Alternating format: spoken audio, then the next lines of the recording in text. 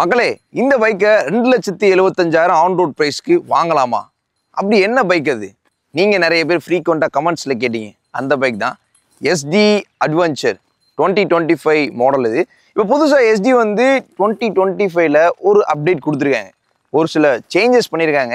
இந்த SD அட்வென்ச்சரை வந்து நிறைய பேர் கமெண்ட்ஸில் கேட்டீங்க. எனக்கே ஆச்சரியமாக போச்சு, இந்த பைக்குக்கு அவ்வளோ ஃபேன் பேஸ் இருக்கீங்களா அப்படின்னு தான்.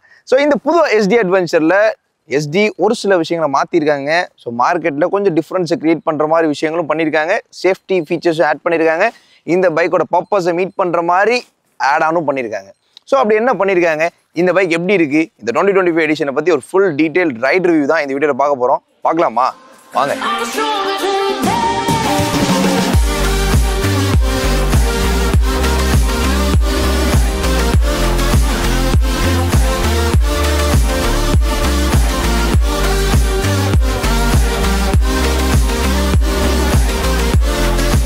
Special thanks to SDM bikes Theppakulam Madurai. உங்களுக்கு SD இல்லை ஜாவா பைக்ஸ் பற்றி இது என்கொயரி டெஸ்ட் டே எதுவும் பண்ணி பார்க்கணும்னு நினைக்கிறீங்கன்னா SDM பைக்ஸ் மதுரையை காண்டாக்ட் பண்ணுங்க. இந்த 300cc அட்வென்ச்சர் பைக்குக்கு காம்படிட்டரே இல்லைன்னு சொல்லலாம். ஏன் அப்படின்னா 200cc எக்ஸ்பல்ஸ் 210 இருக்கு, அது 250 போனோம்னா அட்வென்ச்சர் 250 இருக்கு. 300 போனோம் அப்படின்னா SD அட்வென்ச்சர் இருக்கு. 350ல பார்த்தோம் அப்படின்னா எந்த அட்வென்ச்சர் பைக்ஸும் கிடையாது. 390 போனோம்னா KTMல அட்வென்ச்சர்ஸ் இருக்கு. 400ல பெருசா அட்வென்ச்சர் பைக்ஸ் இல்லை. 450ல அட்வென்ச்சர் பைக்கான ஹிமாலயன் 450 இருக்கு. ஸோ இந்த மாதிரி ஒவ்வொரு செக்மெண்ட்லையும் ஒவ்வொரு அட்வென்ச்சர் பைக்ஸ் இருக்கு. ஸோ அப்படி பார்க்கும்போது இந்த 300cc மார்க்கெட்டில் காம்படிட்டர்ஸ் கம்மி. ப்ரைஸை வச்சு நம்ம கம்பேர் பண்ணி பார்க்கலாம். இப்போ புதுசாக கொடுத்துருக்க ஃபீச்சர்ஸை நம்ம ஃபஸ்ட்டு பார்க்கணும். இந்த கலர் ஸ்கீம் இது வந்து நெபுலா ஒயிட் அப்படின்னு சொல்கிறாங்க. இதிலே ஒயிட்லேயே 3 கலர் ஸ்கீம் கொடுத்துருக்காங்க. அது போக என்னென்ன கலர் ஸ்கீம் அவைலபிளாக இருக்குன்றதை நீங்கள் ஸ்க்ரீனில் பார்க்கலாம். உங்களுக்கு எந்த கலர் ஸ்கீம் பிடிச்சிருக்குன்னு கமெண்ட்ஸை சொல்லுங்கள். டிசைன் சேஞ்சஸ் பார்க்கணும்ல. ஹெட்லாம்ப்ஸ் பார்த்தோன்னே ஹைலைட்டடாக இது SD அட்வென்ச்சர் தானா வேற எதுவும் பைக்கா அப்படின்ற மாதிரி ஒரு ஹெட்லாம்ப் கொடுத்துருக்காங்க. முதல் ஒரு சிங்கிள் ரவுண்ட் ஹெட்லாம்ப் வரும். இப்போ அந்த ரவுண்ட் ஹெட்லாம்ப் சைடில் கொண்டு போயிட்டாங்க, கொஞ்சம் சின்னது பண்ணிட்டாங்க. அதில் SDயோட லோகோ வருது. ஸோ இந்த கீழே இருக்க லைட் வந்து உங்களுக்கு பார்க் லேம்ப் மாதிரி ஆன் பண்ணோன்னே லைட் எரிஞ்சிடும். அண்ட் இது லோ பீம், இந்த ப்ரொஜெக்டர் வந்து ஹை பீம். இந்த ப்ரொஜெக்டரை சுற்றி ஒரு ஒயிட் கலர் ராட் ஒன்று கொடுத்துருக்காங்க.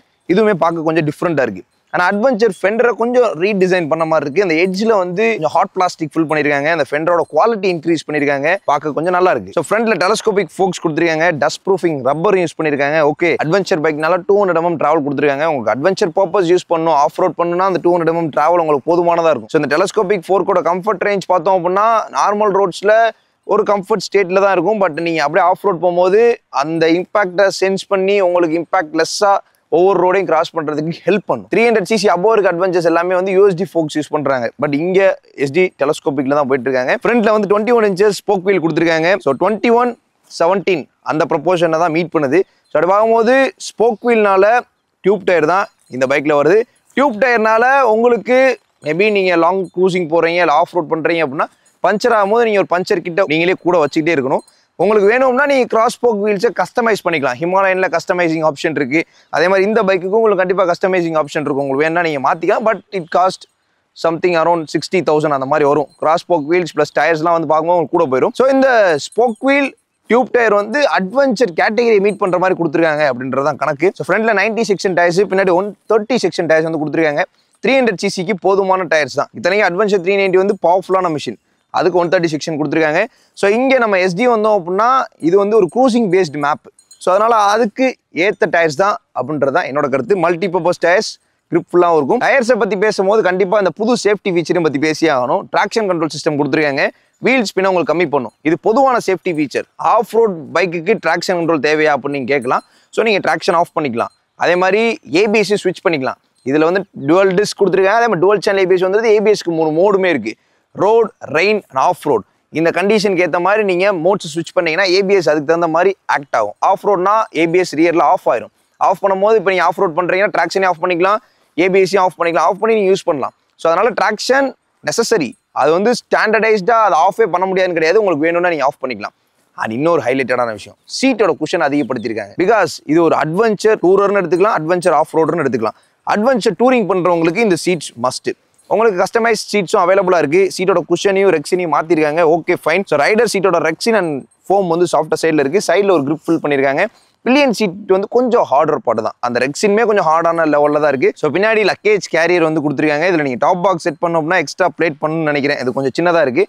அண்ட் இதோட குவாலிட்டிலாம் சான்ஸே கிடையாது, நல்லா பண்ணியிருக்காங்க. அண்ட் எக்ஸாஸ்ட் ஸ்கேன், நல்லா பெரிய எக்ஸாஸ்ட் ஸ்கேன், மெட்டல் பிளேட்டிங்லாம் பண்ணியிருக்காங்க, பிளாக் ஃபினிஷ் பண்ணியிருக்காங்க. எக்ஸாஸ்ட் நோட் கேட்போம். இதில் வந்து நீங்கள் கிளச் பிடிக்காம பைக்கை ஸ்டார்ட் பண்ணவே முடியாது, கிளச் பிடிச்சாதான் ஸ்டார்ட் பண்ண முடியும். இது ஒரு சேஃப்டி ஃபீச்சர் தான். ஸோ இது ஐடல் நோட்டு ரெவ் பண்ணுவோம்.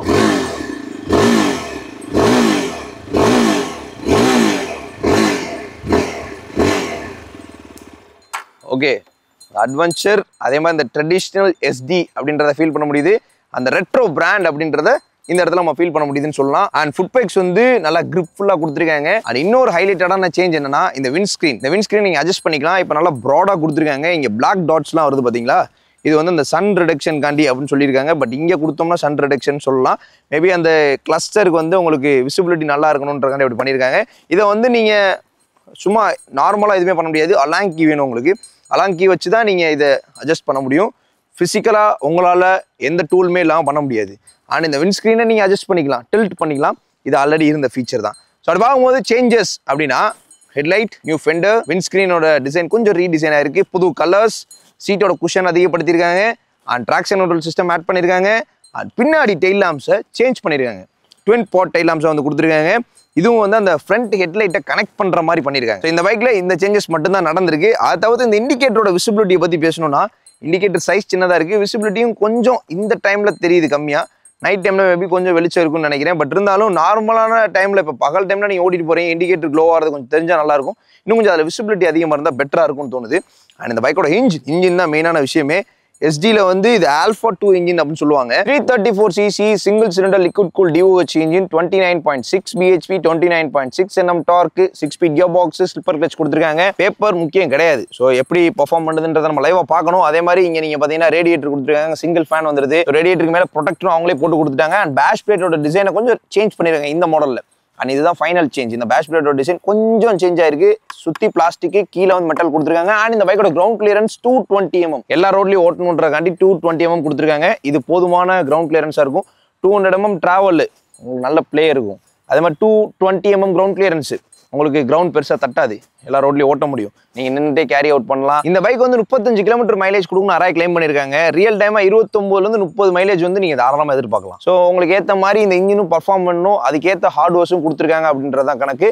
பின்னாடி வந்து டவுன் லிங்க் பண்ண மோனோஷாக் 180 mm டிராவலில் கொடுத்துருக்காங்க. இந்த பைக்கோட comfort based hardware, braking based hardware, tyres, stability, overall power to weight ratio, performance, low end torque, vibration, heating, இதெல்லாம் எப்படி இருக்குது அப்படின்றத நான் ஜஸ்ட் வேர்ட்ஸை சொன்னேன் அப்படின்னா பெருசாக உங்களுக்கு கனெக்ட் ஆகுமானா அது கொஞ்சம் கம்மி தான். ஸோ லைவாக எப்படி பெர்ஃபார்ம் பண்ணுறதுன்னு ஆக்ஷன்ஸை பார்த்துட்டோம் அப்படின்னா உங்களுக்கு ஒரு கிளாரிஃபிகேஷன் கிடச்சிடும், உங்களுக்கு இந்த வீடியோ பார்த்து ஃபுல்னஸும் கிடச்சிடும். ஸோ அதனால் பார்த்துலாமா வாங்க மகளே. நம்ம கூட எஸ்டி அட்வென்ச்சர் இருக்குது, ஹாய் அப்படின்னு சொல்லி வெல்கம்லாம் பண்ணுது. ஸ்டார்ட் பண்ணுவோம். இப்போ நான் வந்து அந்த கிளஸ்டரை எனக்கு ஏற்ற மாதிரி டில்ட் பண்ணி கீழே இறக்கி வச்சுருக்கேன். பிகாஸ் அந்த அட்ஜஸ்ட்மெண்ட் இப்படி இருந்தால் நல்லா விசிபிலிட்டி இருக்குன்ற மாதிரி வச்சுருக்கேன். எப்படின்னு பார்ப்போம். கியர் ஷிஃப்டிங் ஸ்மூத்தாக தான் இருக்குது. பவர் டெலிவரி பார்க்கலாம், லீனியர் பவர் டெலிவரி எப்படி இருக்குன்னு பார்க்கலாம். ஐடல் வந்து 1500 RPM. ரொம்ப கிராஜுவலாக ரொம்ப சாஃப்டாக அப்படியே டெலிவர் பண்ணுது பவரை. வெயிட்டு கூட இருக்கனால அப்படியே அங்கிட்டு இங்கிட்டு அப்படியே அலசிட்டே இருக்குது. அதே மாதிரி ஃபுட் பேக்ஸும் வந்து என்னோடய சிட்டிங் பொசிஷனுக்கு கரெக்டாக என் காலுக்கிட்டே இருக்கனால கொஞ்சம் இதாக இருக்குது. பட் போக போக பழகும்னு நினைக்கிறேன். ஓகே, அப்படியே அந்த டார்க்கை வந்து லிட்டரலாக பார்க்க முடியுது. அப்படியே நெக்ஸ்ட் லெவலுக்கு ஹிட் பண்ணுது. லைட்டாக நான் த்ராட்டில் ஒரு பாயிண்ட் த்ராட்டில் தான் கொடுக்குறேன். ஓகே, 2200 RPM அந்த டார்க் நல்லா ஓப்பன் ஆகிறது ஃபீல் பண்ண முடியுது. த்ராட்டில் லெவலில் மாத்திரம்னா இன்னும் பயங்கரமாக ஃபீல் பண்ணலாம். மேக்ஸிமம் 42 ஃபஸ்ட் கியரில், 63 தேர்ட் கியரில் ஒரு சின்ன லேக் 6500 RPMல.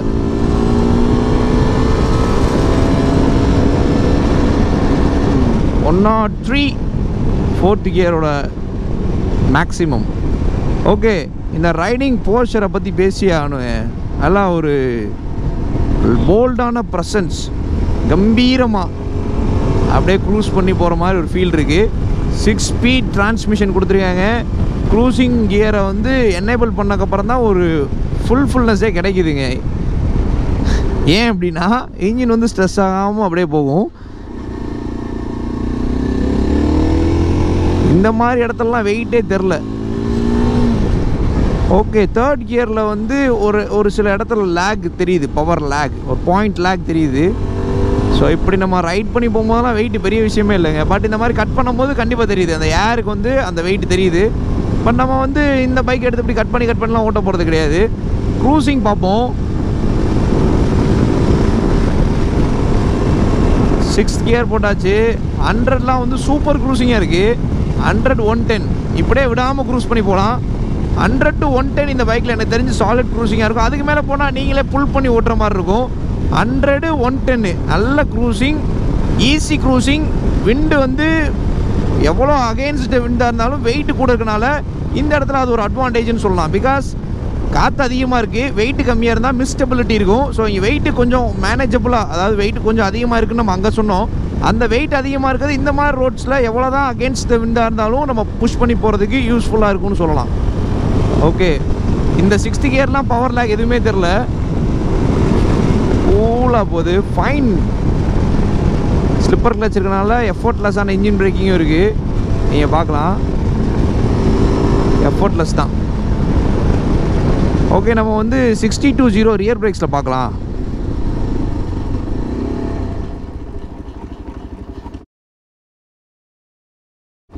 டயர் ஒரு மாதிரி tick tick tick tick tick tick பண்ணுது. இமீடியட் பிரேக்கிங் பண்ணும்போது எவ்வளோ அதில் ஸ்டாப் ஆச்சுன்றதை நீங்கள் பாருங்கள். ஒரு மாதிரி ஜென்டிலான ஒரு ரைடு இருக்குங்க. அந்த ஜென்டில் ரைடு எப்படி சொல்கிறேன்னா, ரொம்ப அக்ரஸிவ் நேச்சரில் இல்லை. புல் பயங்கரமாக இப்படி த்ராடல் கொடுத்தாலும் புல் பண்ணலை, ஒரு மாதிரி தவ்வி நம்மளை டிஸ்டர்ப் பண்ணலை. டர்னிங் ரெடிஸ் பார்ப்போம். ஓகே தான், போதுமான ரெஸ்பான்ஸ் 4000 RPM மேலே இருக்குங்க, அப்படி தான் சொல்லணும். ரோட் கண்டிஷனுக்கு ஓகே. இந்த மாதிரி ஹைவேல க்ரூஸ் பண்ணுறதுக்கு எனக்கு தெரிஞ்சு ரொம்ப கம்ஃபர்டபுளாக இருக்குது. சீட்டை பற்றி பேசியே ஆகணுங்க. அவங்க இன்க்ரீஸ் பண்ண விஷயம் வந்து இந்த இடத்துல எனக்கு ரொம்ப ஹெல்ப்ஃபுல்லாக இருக்குது. அந்த ரெக்ஸின் வந்து சாஃப்டாக இருக்குது. ஓகே, இதை நான் ஃபீல் பண்ணுறது நல்லா சாஃப்ட் ரேஞ்சில் இருக்குது, அப்படி தான் சொல்லணும். சீட் எனக்கு ரொம்ப பிடிச்சிருக்கு. ஆனால் அதே மாதிரி அந்த ஹைவே பர்பஸ்க்கு வந்து ரொம்ப சூப்பராக இருக்கும். நீங்கள் வந்து இப்போ எக்ஸாம்பிளுக்கு ஒரு நாளைக்கு ஒரு 100 கிலோமீட்டர் ட்ராவல் பண்ணுவீங்க டிஸ்ட்ரிக்ட் டு டிஸ்ட்ரிக்ட் அப்படின்னா, எக்ஸாம்பிளுக்கு உங்களுக்கு இந்த பைக் நல்லாயிருக்கும். எஃபிஷியன்சி ரேஷியோவும் நீங்கள் ஹைவேல க்ரூஸ் பண்ணும்போது ஒரு 25 to 27 தாராளமாக எதிர்பார்க்கலாம். 90ல் க்ரூஸ் பண்ணும்போது 100 110ல் க்ரூஸ் பண்ணிங்கன்னா உங்களுக்கு ஒரு 26 25 நீங்கள் எதிர்பார்க்கலாம். ஸோ இது வந்து ஏன்னா நான் ஒரு 300cc பைக் வச்சுருக்கனால நான் சொல்கிறேன். நான் ஹைவேல க்ரூஸ் பண்ணும்போது 100 110ல் க்ரூஸ் பண்ணேன்னா 24 கிடைக்கும். அதுவே வந்து ஒரு 90ல் க்ரூஸ் பண்ணேன்னா 26 கிடைக்கும். அதனால் சொல்கிறேன். இப்போ நம்ம வந்து ஃப்ரண்ட் பிரேக்ஸ் பார்க்கணும். 60-0 in front breaks, solid stopping. ஆனால் இப்போ லோ அண்ட் டார்க்கும் பார்த்துருவோம். நான் செகண்ட் கியர் போட்டிருக்கேன், நீங்கள் பார்க்கலாம். இப்போ நான் மூவ் பண்ணுறேன், கேஷுவலாக தான் போகுது.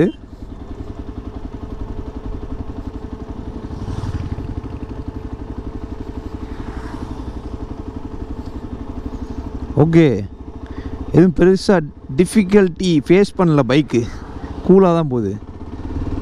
ஓ, நார்மலாக இருக்குங்க. செயின் இடிக்கலை, இன்ஜின் துடிக்கலை, அவ்வளோ லோ டார்க் சூப்பராக கேலிப்ரேட் பண்ணியிருக்காங்க. எந்த இடத்துலையுமே லேக் இல்லை, அது பாட்டு கேஷுவலாக போகுதுங்க. பாருங்கள், நான் நிப்பாட்டியே காமிக்கிறேன். நிப்பாட்டியாச்சு, செகண்ட் கியரில் நிப்பாட்டியிருக்கேன். ஓகே, இப்போ நான் மூவ் பண்ணுறேன். ஆக்சிலேட்டரில் கையை வச்சுருந்தா கூட ஆக்சிலேட்டர் வச்சு மேனேஜ் பண்ணிட்டேன்னு சொல்லுவீங்க, அதனால் கையை வைக்கலை. பாருங்கள், அந்த எந்த டிஸ்டர்பன்ஸுமே இல்லை.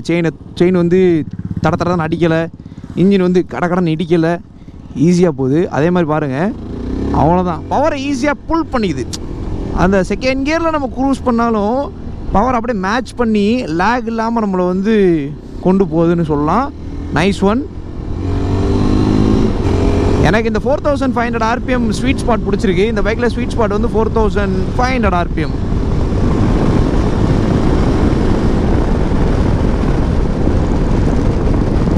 ட்ராக்ஷன் கண்ட்ரோல் இருக்கனால நீங்கள் பார்க்கலாம், இப்போ நம்ம இமீடியட்டாக புல் பண்ணி போகிறோம். எக்ஸாம்பிளுக்கு இப்போ நம்ம 0 to 60 பார்க்கலாம்.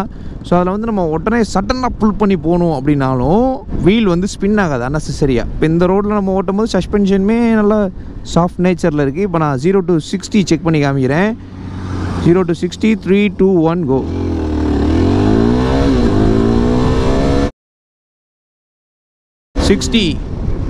It takes some time, but எவ்வளோ நேரத்தில் கிளாக் ஆகிருக்குன்றதை நீங்கள் பாருங்கள். ஓகே, அதே மாதிரி 0 to 100 பார்த்தலாம். நான் இமீடியட் புல் பண்ணுறேன். இமீடியட் புல் பண்ணும்போது 3, 2, 1 go. ஃப்ரண்ட் வீல் பாப்பப்பே ஆயிடுச்சுங்க. டார்க் வந்து ஹியூஜ் அமௌண்ட்டில் தான் இருக்குதுன்னு சொல்லணும்.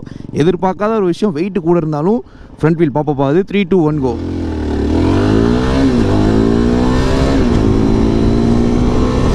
8000 RPM கியர் ஷிஃப்ட் பண்ணுறேன். 100. நைஸ். எதிர்பார்க்காத ஒரு விஷயம் அந்த ஃப்ரண்ட் வீல் பாப்பப் ஆனது. ரொம்ப பிடிச்சிருக்கு. டார்க் ஓகே, ஜென்டிலான ரைடு இருக்குது, அது எனக்கு ரொம்ப பிடிச்சிருக்கு. அதே மாதிரி பிரேக்கிங்கும் is also good and low end torque ரொம்ப இம்ப்ரெஸ் பண்ணுச்சுன்னு சொல்லலாம். இப்போ நம்ம வைப்ரேஷன் ரேஞ்சையும் பார்த்துருவோம். நான் வந்து கிராஜுவல் ஆக்சலேட் பண்ணுறேன். 4000 வரைக்கும் எந்த வைப்ரேஷனுமே தெரிலங்க. ஃபுட்பெக்ஸில் அப்போ தான் ஸ்டார்ட் ஆகுது. 4000ல் அப்படியே அது வந்து எக்ஸ்பேண்ட் ஆகுது. ஃபுட்பெக்ஸ்லேயே அப்படியே வந்து டேங்க்குக்கு ஷிஃப்ட் ஆகுது. ஆனால் ஃபுட்பெக்ஸில் தெரிய தான் செய்யுது. டேங்க்லேயும் லைட்டாக தெரிய ஆரம்பிக்குது 6000 RPMல. அண்ட் 6 கிராஸ் பண்ணும்போது சீட்டில் தெரியுது. டேங்க்கில் ஹெவி ஆயிடுச்சு. ஸோ இது யூஸ்ஃபுல்லான ஒன்று. பட் 4000 RPM to 4500 வரைக்கும் நீங்கள் வைப்ரேஷன் ஃப்ரீயாக க்ரூஸ் பண்ணலாம். பிகாஸ் வெயிட்டும் கூட, அதேமாதிரி மெட்டல் பார்ட்டிகல்ஸ் இருக்குது, அதனால் வைப்ரேஷன் இருக்க தான் செய்யுது. ஒரு 80 to 100, 110 க்ரூசிங்லாம் ரிலாக்ஸ்டாக போகுங்க. ஒரு கம்ஃபர்டபுள் டூரர்னு இந்த பைக்கை நான் சொல்லுவேன். அதே மாதிரி ஒரு கம்ஃபர்டபுள் ஆஃப் ரோடர்னு சொல்லலாம். எனக்கு தோன்றதை சொல்கிறேங்க, உங்களுக்கு தோன்றது என்ன நீங்கள் சொல்லுங்கள். இப்போ நான் நார்மல் ரோட்டில் கம்ஃபர்டபுளாக போயிட்டுருக்கேன். திடீர்னு இப்படி ஒரு சர்ஃபேஸில் இறக்குறேன், எதுவுமே தெரிலங்க. அது பாட கேஷுவலாக போகுது. ஓ, இம்பேக்ட் ஃப்ரீயாக இருக்குங்க. Such and wonderful craft. பெரிய பெரிய பள்ளம் மேட்டில் விட்டால் கூட அப்படியே கேஷுவலாக ஜென்டிலாக வந்து வண்டியை கொண்டு போகுது. Nicely crafted. சஸ்பென்ஷனும் எனக்கு ரொம்ப பிடிச்சிருக்கு. ஸோ எனக்கு பிடிச்ச விஷயங்கள் நிறையா சொல்லிட்டேன். ஹீட்டிங் வந்து நான் புல் பண்ணி தான் ஓட்டியிருக்கேன். பட் பெருசாக இந்த தளத்தில் நான் நிப்பாட்டினோடனே மேபி தெரியும். இந்த பைக்கில் ரைடில் வந்து நான் எல்லாமே ப்ரோஸாக தான் ஃபீல் பண்ணியிருக்கேன். கான்னு பார்த்தோன்னா இந்த விசிபிலிட்டி தான், இந்த கிளஸ்டரோட விசிபிலிட்டி தான். உங்களுக்கு எப்படி தெரிஞ்சிருக்குன்னு தெரியல. கிளஸ்டரில் எனக்குமே வந்து ரொம்ப வெயில் ஏறிச்சுன்னா அது கொஞ்சம் கம்மியாக தான் தெரியும் அப்படின்னு சொல்லி தோணுது. இதுதான் என்னோட கருத்து. உங்களோட கருத்து என்னன்னு கமெண்ட்ஸில் சொல்லுங்கள். SD அட்வென்ச்சர் யார் யாருக்கு சூட்டபுளாக இருக்குன்றதை பார்ப்போம். பைக் வந்து நல்லா லென்த்தாக இருக்குது. ஃப்ரண்ட்டில் வந்து ஒரு 40 அப்படின்னா பின்னாடி வந்து ஒரு 60% இந்த ரேஞ்சில் இருக்குது. இப்போ இந்த பைக்கோட சீட் ஹைட் வந்து 815 mm. ஈஸியாக ஏறிட முடியுது. சேடல்லாம் பெருசாக தட்டல. இறங்குறதுக்கும் it's not a deal. So because ஃப்ளாட்டான சீட்ஸ் தான், லோவான சேடில் தான். இங்கே வந்து பெருசாக ஹைட் எதுவும் இல்லை, அதே மாதிரி ரொம்ப லென்த்தாகவும் இல்லை. நீங்கள் பார்க்கலாம், ஈஸியாக ஏறிட முடியுது. எனக்கு பெருசாக எஃபோர்ட் போட்டு நான் ஏறுற மாதிரி இல்லை. 815 mmனால எப்படி இருக்குன்னு பார்ப்போம். Okay, ingress and egress is good.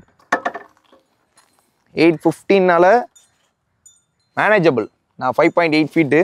எனக்கு 2 ஃபுட்டுமே நல்லாவே பேலன்ஸ் ஆகுதுன்னு சொல்லலாம். ஓகே, இப்படி தான் இருக்குது. நீங்கள் 5.5னாலே தாராளமாக இந்த பைக்கை ஹேண்டில் பண்ணிடலாம். 5.23னா டெஸ்ட் டே பண்ணி பாருங்கள். இந்த பைக்கோட வெயிட் வந்து 187 கிலோகிராம். ஸோ 187 கிலோகிராம் வெயிட்னும் போது உங்களுக்கு பேப்பரில் பெருசாக தெரியாது. இப்போ க்ரூசர் டூரர்னு பார்க்குறீங்கன்னா, பட் 187 அட்வென்ச்சருக்கு கொஞ்சம் வெயிட் கூட தான். அப்படி பார்க்கும்போது பேப்பரில் வெயிட் தெரியுதோ தெரியலையோ, நீங்கள் நேராக வந்து வண்டி ஆன் பண்ணி நிமித்துறதுக்கு நகட்டுறதுக்குலாம் கண்டிப்பாக வெயிட் தெரியுது. ஸோ நான் சொல்லுவேன், கொஞ்சம் ஹெவி தான் இந்த மோட்டர் சைக்கிள். ஸோ உங்களால் இந்த பைக்கோட வெயிட்டை பேலன்ஸ் பண்ண முடியுதா, மேனேஜ் பண்ண முடியுதான்றதை பார்த்துக்கோங்க. பார்த்துட்டு முடிவு பண்ணுங்கள். அதுக்கு நீங்கள் கண்டிப்பாக டெஸ்ட் டே பண்ணி பார்த்து தான் ஆகணும். ஸோ இது வந்து என்னோட கருத்து. ரைடிங் போஸ்டர் டுவர்ட்ஸ் த ரைடராக இருக்குது. ரொம்ப அப்ரைட்னு சொல்ல முடியாது, ஓவர் அப்ரைட்லாம் கிடையாது, கரெக்டான லெவல் தான். பட் ஹேண்டில் பார் வந்து ஈஸி ரீச் கிடைக்குது. அதுக்கு காரணம் ஹேண்டில் பார் டுவர்ட்ஸ் த ரைடராக இருக்குது. நைஸ். கிளச் அண்ட் பிரேக் லிவர்லாம் ஈஸியாக ஆக்சசபிளாக இருக்குது. ஸோ சைட் மிரர்ஸும் விசிபிலிட்டி கூட இருக்க மாதிரி நல்ல லென்த்தாக தான் இருக்குது. ஓகே, நீங்கள் பார்க்கலாம். அதே மாதிரி ஹேண்ட் கிரிப்பும் சாஃப்டாக சைடில் தான் இருக்குது. ரைடிங் போஸ்டர் நீங்கள் பாருங்கள், ஒரு ரிலாக்ஸ்டான ரைடிங் போஸ்டர். ஒரு டூரர், அதே மாதிரி ஒரு அட்வென்ச்சர், ஒரு க்ரூசருக்கு எப்படி இருக்கணுமோ அதுக்கு தகுந்த மாதிரி இருக்குது அப்படின்றத என்னோட கருத்து. லீன்லாம் நான் பெருசாக பண்ணல. பிகாஸ் ஹேண்டில் பார் முன்னாடி இருந்தால் லீன் பண்ணலாம், இங்கே இருந்தால் லீன் பண்ணலாம். இங்கே தான் இருக்குது. இங்கே இருக்கும்போது என்னோட இந்த லெவலில் நீங்கள் பார்த்தீங்கனாலே உங்களுக்கு புரியும். ஒரு ரிலாக்ஸ்டான ரைடிங் போஸ்டர், ரைடர் ட்ரையாங்கிளும் பெட்டராக இருக்குது. ஸோ தான் எங்களோட கருத்து. நல்லா டாலாக இருக்கனால நான் வச்சிருக்க பைக் பெருசாக இருக்கணும், ஹைட்டாக இருக்கணும், குதிரை மாதிரி இருக்கணும்னு நினைக்கிறவங்களுக்கு இந்த பைக் சூட்டபுளாக இருக்கும். நீங்கள் 6 ஃபீட்லாம் இருக்கீங்க அப்படின்னா உங்களுக்கு ரொம்ப அடாப்டபுளாக இருக்கும். 5.5 to 6 தாராளமாக இந்த பைக்கை நீங்கள் ட்ரை பண்ணி பார்க்கலாம். 5.5 கீழே இருக்கீங்கன்னா டெஸ்ட் டே பண்ணி பாருங்க. வெயிட்டுக்கு கண்டிப்பாக எல்லாருமே நீங்கள் டெஸ்ட் டே பண்ணி பார்த்து தான் முடிவு பண்ணணும். மக்களை புது SD அட்வென்ச்சர் எப்படி இருக்குன்றத பார்த்தோம். இந்த பைக் 4 வேரியண்ட்ல அவைலபிளாக இருக்குது. வேரியண்ட்ல ஃபீச்சர் டிஃபரன்ஸ்லாம் கிடையாது, கலர்ஸ் மட்டும்தான். இப்போ உங்களுக்கு இந்த நெப்லா ப்ளூ பிடிச்சிருக்கு அப்படின்னா இது 2வது வேரியன்ட். இல்லை உங்களுக்கு battleship grey black colour பிடிச்சிருக்குன்னா அது top end. So colours base பண்ணி பிரைஸ் மாறும். பேஸ் மாடலோட எக்ஷோரூம் பிரைஸ் 2,17,000, ஆன் ரோடு வந்து 2,78,000 வருது. ஸோ செகண்ட் வேரியண்டோட ex showroom price 2,20,000, on road price வந்து 2,82,000. தேர்ட் வேரியண்டோட ex showroom price 2,24,000, on road price 2,87,000. Top வேரியண்டோட ex showroom price 2,30,000, on road price 2,93,000. பழைய மாடலுக்கும் புது மாடலுக்கும் எவ்வளவு பிரைஸிங் நடந்திருக்கு, ஏன்னா இவ்வளவு விஷயங்கள் அப்டேட் பண்ணியிருக்காங்க. Headlight, tail light, traction control, colours மாற்றிருக்காங்க. அண்ட் இதை தவிர்த்து ஒரு சின்ன சின்ன டிஃப்ரென்ஸ்னாலும் பண்ணியிருக்காங்க. இதுக்கு ஹைக் எவ்வளோ பண்ணியிருப்பாங்க அப்படின்னு நீங்கள் வந்து யோசிக்கலாம். 3,000 ப்ரைஸ் ஹைக் பண்ணியிருக்காங்க. அதுவும் பேஸ் மாடல்லாம் பெருசாக ப்ரைஸ் டிஃபரன்ஸ் கிடையாது. டாப் மாடலில் தான் 3,000 ப்ரைஸ் டிஃபரன்ஸ் ஆகுது. பிகாஸ் பழைய SD அட்வென்ச்சரோட top model on road price 2,90,000. இந்த புது SD adventure 2.0 top model on road price 2,93,000. 3,000 price hike, ஒரு ரீசனபிளான பிரைஸ் ஹைக்குன்னு சொல்லலாம். ரொம்ப டிஃபரன்ஸும் கிரியேட் பண்ணல. இதில் ஹைலைட்டடான விஷயம் என்னன்னா, ஹிமாலயன் அண்ட் அட்வென்ச்சர் 390Xோட எக்ஷோரூம் பிரைஸ் தான் இந்த பைக்கோட ஆன் ரோட் பிரைஸ். ஸோ அதனால அஃபோர்டபுளான ரேஞ்சில் நீங்கள் ஒரு அட்வென்ச்சர் பைக் பார்க்குறீங்க அப்படின்னா கண்டிப்பாக இந்த பைக்கை செக் பண்ணி பாருங்க. ஸோ நிறைய பேருக்கு ஒரு தாட் என்னன்னா, SG ஜாவாவோட சர்வீஸ் நெட்வொர்க்கு பெருசாக இல்லை அப்படின்னு சொல்லி ஒரு தாட் இருக்கு. இப்போ அதுக்கு தான் SD ஒரு ரிப்ளை கொடுத்துருக்காங்க. இந்த வருஷம் முடிகிறதுக்குள்ள எக்ஸ்ட்ரா 200+ டீலர்ஷிப்பை வந்து எக்ஸ்பேண்ட் பண்ண போகிறோம் சர்வீஸ் நெட்வொர்க்கோட அப்படின்னு சொல்லியிருக்காங்க. ஸோ அது இன்னொரு 6 months இருக்குது. அதுக்குள்ளே ஆல்ரெடி பாதி பண்ணிட்டு இருக்காங்க. ஸோ அதனால் நமக்கு அந்த சர்வீஸ் நெட்வொர்க் ரீச்லாம் கொஞ்சம் ஈஸியாக இருக்கும் அப்படின்றது தான் அவங்க சொன்னது. Tier 3 சிட்டிஸ்க்கும் நிறைய ஷோரூம் வந்துட்டு இருக்கு. இப்போ நம்ம மதுரை Tier 2ல இருக்கோம். மதுரையிலையும் ஷோரூம் இருக்குது. இப்போ அதே மாதிரி தேனி, ராம்நாடு இந்த மாதிரி டிஸ்ட்ரிக்ஸ்லையும் நெக்ஸ்ட் ஷோரூம் போடுறதா சொல்லியிருக்காங்க. ஸோ அப்படி பார்க்கும்போது அங்கே இருக்க மக்களும் இந்த மாதிரி பைக்ஸை வாங்குறதுக்கு வாய்ப்பை வந்து SD கிரியேட் பண்ணி கொடுக்குறாங்க. ஸோ வேற ரெட்ரோ பிராண்ட்ஸ் வாங்குறவங்களுக்கு இது ஒரு ஆப்ஷன் அங்கே உங்களுக்கு கிடைக்கும். ஸோ அதனால இது ஒரு அட்வான்டேஜாக பார்க்கப்படுது. ஸோ ப்ரோஸ் அண்ட் கான்ஸ் பார்ப்போம். புதுசாக பண்ணியிருக்க சேஞ்சஸ் எல்லாமே ப்ரோஸ் தான். ட்ராக்ஷன் கண்ட்ரோல் ஒரு ப்ரோஸ் தான். ஓகே, கான் பார்த்தோம் அப்படின்னா வெயிட் கண்டிப்பாக நான் கானில் தான் சொல்லுவேன். ஏன்னா கொஞ்சம் ஹெவியாக தான் இருக்குது. அதே மாதிரி ஹீட்டிங் அண்ட் வைப்ரேஷன் வந்து உங்களுக்கு பொதுவாக இருக்கிறது தான். SD அட்வென்ச்சரில் லிக்விட் கூல் சிஸ்டம் கொடுத்தாலும் அந்த ஹீட்டிங் வந்து கொஞ்சம் உங்களுக்கு தெரியும். டிராஃபிக்ஸில் பம்பர் டு பம்பரில் ஓட்டும் போது, அதே மாதிரி லாங் டிரைவ் எடுத்துகிட்டு போயிட்டு புஷ் பண்ணி ஓட்டுறீங்க அப்படின்னா கண்டிப்பாக கொஞ்சம் ஹீட் வந்து நீங்கள் ஃபீல் பண்ணுவீங்க. ஸோ அதனால் எப்பயுமே ஜீனும் ஷூவும் போட்டு ஓட்டுறது அட்வைசபிள். இப்போ உங்களுக்கு ஒரு கேள்வி வரலாம், இந்த பைக்கை நான் சிட்டிக்குள்ளே யூஸ் பண்ணலாமான்னு. யூஸ் பண்ணலாம், ஆனால் வெயிட் உங்களால் பேலன்ஸ் பண்ண முடியுதான்னு பாருங்கள். வெயிட் பேலன்ஸ் பண்ணிட்டீங்க அப்படின்னா நீங்கள் தாராளமாக யூஸ் பண்ணலாம். ஏன்னா வெயிட் அண்ட் ஹைட்டு தான் சிட்டிக்குள்ளே ஓட்டுறதுக்கு ஒரு மஸ்ட் நீடட் ஒன்று. ஹைட்டு பிரச்சனை கிடையாது, பட் வெயிட் மட்டும் இருக்குது. அது உங்களுக்கு ஓகேவா இருக்கா அப்படின்னு சொல்லி நீங்கள் தாராளமாக டெஸ்ட் டே எடுத்து பார்த்து முடிவு பண்ணுங்கள். ஸோ தான் எங்களோட கருத்து. இந்த பைக்கை பற்றி ஓவரால் என்னோட எக்ஸ்பீரியன்ஸ் இம்ப்ரெஷன்ஸை ஷேர் பண்ணிட்டேன். உங்களோட கருத்துக்கள் என்ன அப்படின்றத கமெண்ட்ஸில் கொடுங்க. எப்பயுமே பைக் ரைட் பண்ணும்போது ஹெல்மெட் வியர் பண்ணிக்கோங்க. லாங் டிரைவ் போறீங்கன்னா கேஸ் என்ஷூர் பண்ணிக்கோங்க. And right safe.